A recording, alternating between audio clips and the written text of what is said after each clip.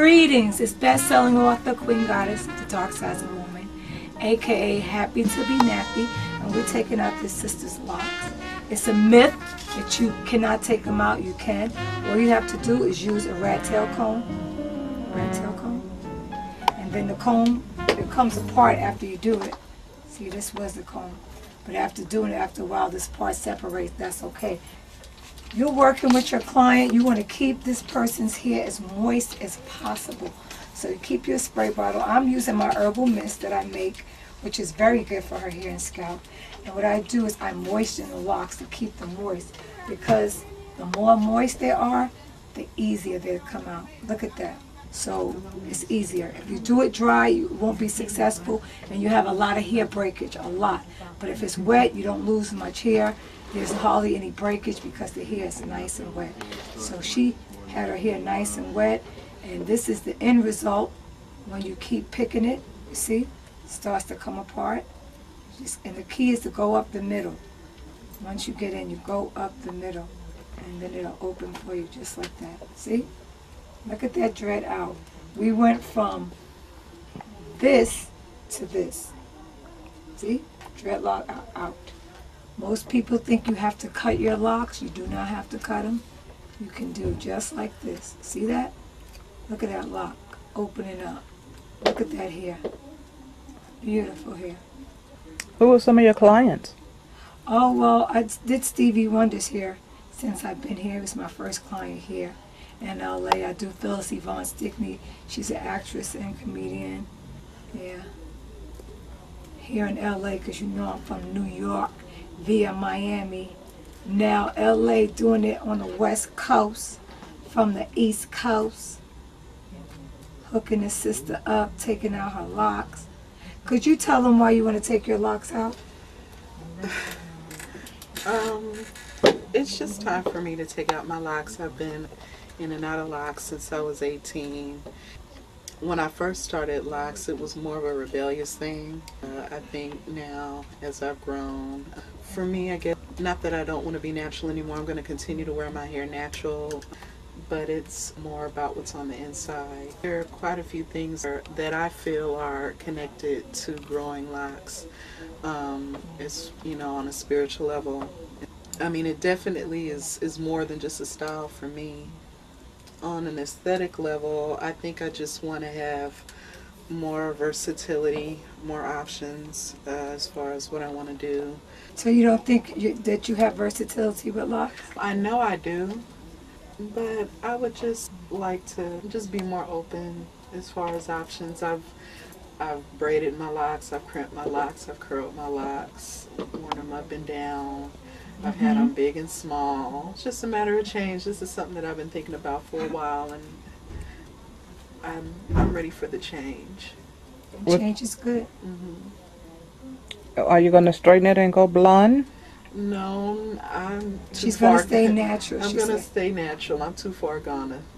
Right. I don't think it makes sense for a person to be natural and then all those years of naturalness to start processing yourself.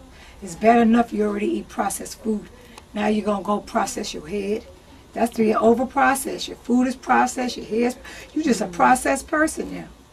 You know, so I think when people do take out their locks, especially a woman, like my son took out his, but then he cut it short. But for women, like my daughter, she took out hers. She wears a lot of natural hairstyles, and she likes it, and she's happy. And she's still natural. She's still happy to be nappy because she has natural hair. It doesn't make sense when I see women take out their locks and put a perm, process it with all that lie and stuff. That would defeat the purpose. That defeats, but why were you natural all that time? To go back and fry yourself all over again. Your brain is underneath your scalp. Right up under the scalp is a brain. You wouldn't eat lye, so why would you feed it? And the skull is still very porous. Yeah. A soft spot that we have at the top of our head when we're babies, it does close up over time, but it's still a very sensitive part of your head. Yep, it's getting fried constantly with women. And if you notice, even with women that tend to use heat implements on their hair a lot, they're experiencing pattern baldness now almost as much as men are experiencing pattern baldness because they've been putting too much heat. Yeah. You said earlier this was a spiritual thing for you? Yeah. How do you relate it to spirit? Just as far as knowing myself and knowing who I am, try not to be defined by other people's preconception of what beauty is. There's nothing like being naturally beautiful, because black women now are going through so many process to get their hair straightened and to convert themselves to look like other women, and it's causing them very bad health, baldness, so much hair loss. Okay, you say baldness? Yeah, I bald. had dreads, but the bleach really messed my head up, and so I became bald, so I had to cut it all off. Wow, see, so that's an example. What baldness can do, you using all that hot stuff, keep perming your hair, keep putting that lye on your scalp, it's just eating it away. And then when you look, it's gone. And most women, black women in their 60s don't have any hair. You walk around, you look, you see women with wigs. They're all wearing wigs now. It's kind of stressful. Like, to me, locks is just so easy. You know, you just get up, you don't have to, worry about them. They grow.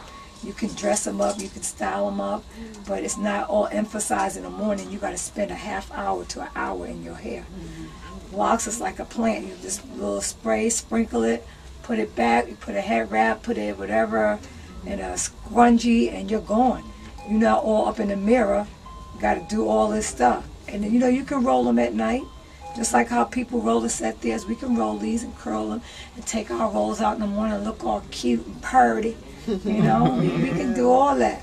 I think we have to just acknowledge that beauty is in the inside and not on the outside. Yes, that ashe. It is what's on the inside. Right, beauty is skin deep. Beauty is within. That's why I love locks, because to me, my locks bring out my real beauty. I'm not processing myself to look like somebody else, and then you don't feel anything because your hair has no life. It becomes dead. It becomes really dead, and you don't feel anything. With locks, when you go natural, you feel everything. If you're in a space that has the wrong energy, you can feel it. It's like the people that build the pyramids. They have beautiful locks.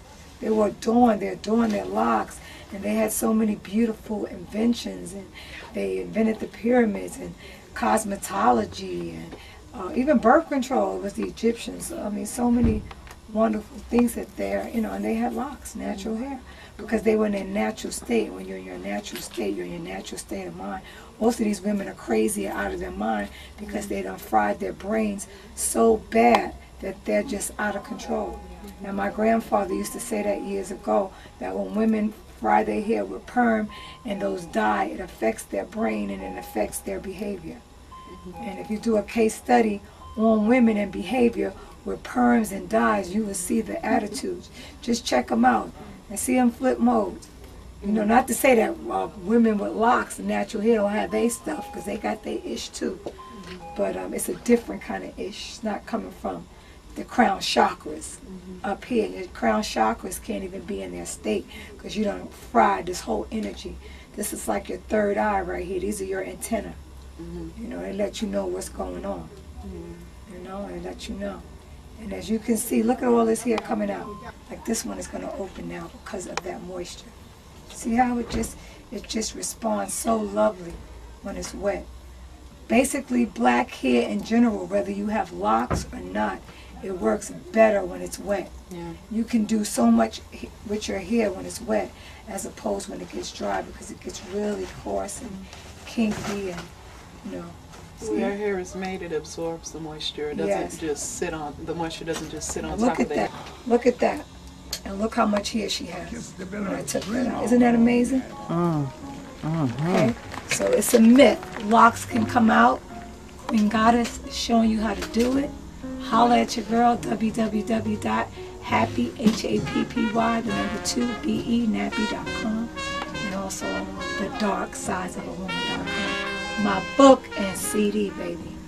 NYCMIALA is in the building. Taking out locks without cutting them with the scissors, because we don't do scissors. You heard?